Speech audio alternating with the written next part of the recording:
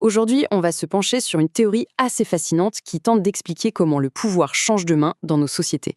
L'idée, c'est qu'il suivrait un cycle, à travers des archétypes bien précis qui se succèdent.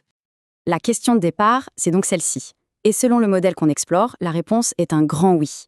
Il y aurait une sorte de mécanique cachée, une dynamique prévisible qui gouverne l'ascension et la chute des différentes formes de pouvoir. Bon, avant d'aller plus loin, il faut juste être au clair sur ce terme, archétype.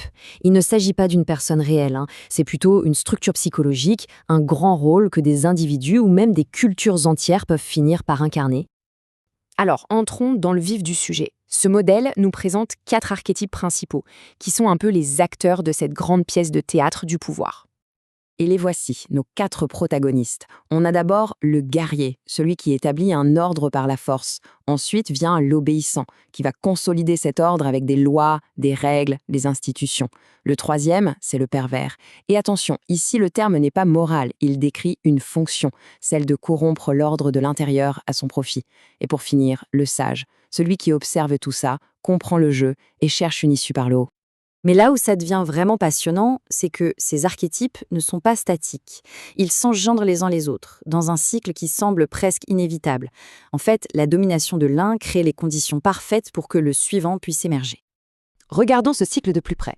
La force brute du guerrier crée un besoin de stabilité, ce qui donne le pouvoir à l'obéissant.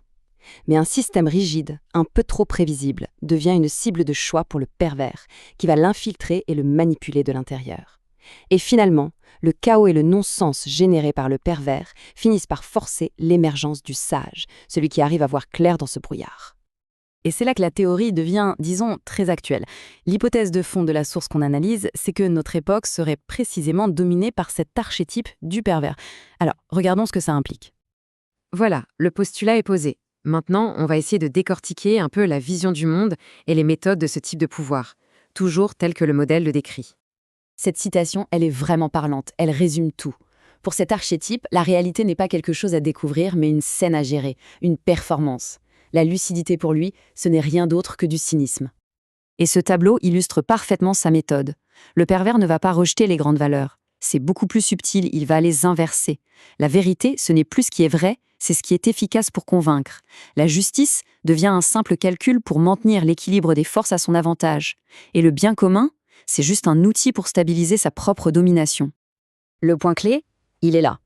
Pour le pervers, le pouvoir n'est ni dans l'épée du guerrier, ni dans le code de loi de l'obéissant. Non, il réside entièrement dans le contrôle du récit, dans la maîtrise des émotions du public.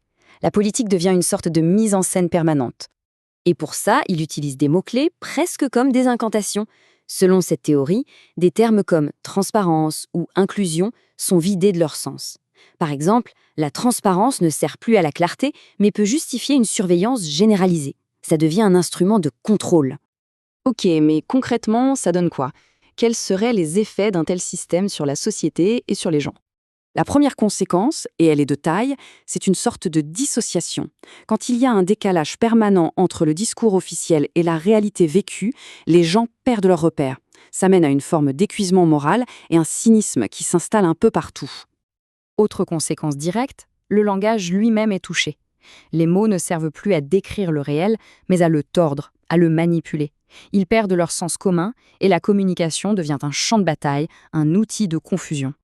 Et enfin, dernier point et pas des moindres, la fragmentation sociale. Les liens naturels comme la famille, la communauté locale, tout ça serait affaibli au profit d'identités plus artificielles, construites par les récits médiatiques. On crée des tribus d'opinion, ce qui rend la population bien plus facile à diviser et donc à manipuler. Cette phrase, elle résume parfaitement le résultat final.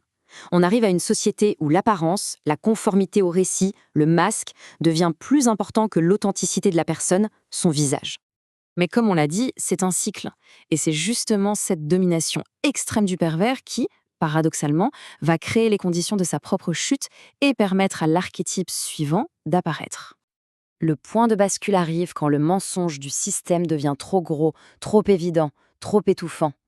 L'oppression devient si palpable que certains esprits sont forcés de voir à travers l'illusion. Et c'est comme ça que naît le sage. Ce tableau, il est très clair. Là où le pervers se nourrit de l'indignation et de la réaction émotionnelle, le sage, lui, oppose le discernement et la compréhension. Au lieu de proposer un nouveau récit contre l'ancien, il essaye de voir à travers tous les récits. Et ça, c'est une idée vraiment puissante. Le sage n'est pas un être pur, naïf, qui aurait été protégé de tout ça. C'est tout le contraire. Sa sagesse vient précisément du fait d'avoir vécu au cœur du système pervers, d'en avoir compris les rouages de l'intérieur et d'avoir réussi à le dépasser. Ce qui nous amène à la question finale, celle qui referme la boucle. Si le sage émerge et partage sa lucidité, il va inspirer une nouvelle génération. Mais pour protéger ce nouvel ordre basé sur la clarté, il faudra bien des protecteurs, de nouveaux guerriers. Et le cycle serait alors prêt à recommencer. Une pensée qui, c'est sûr, laisse à réfléchir.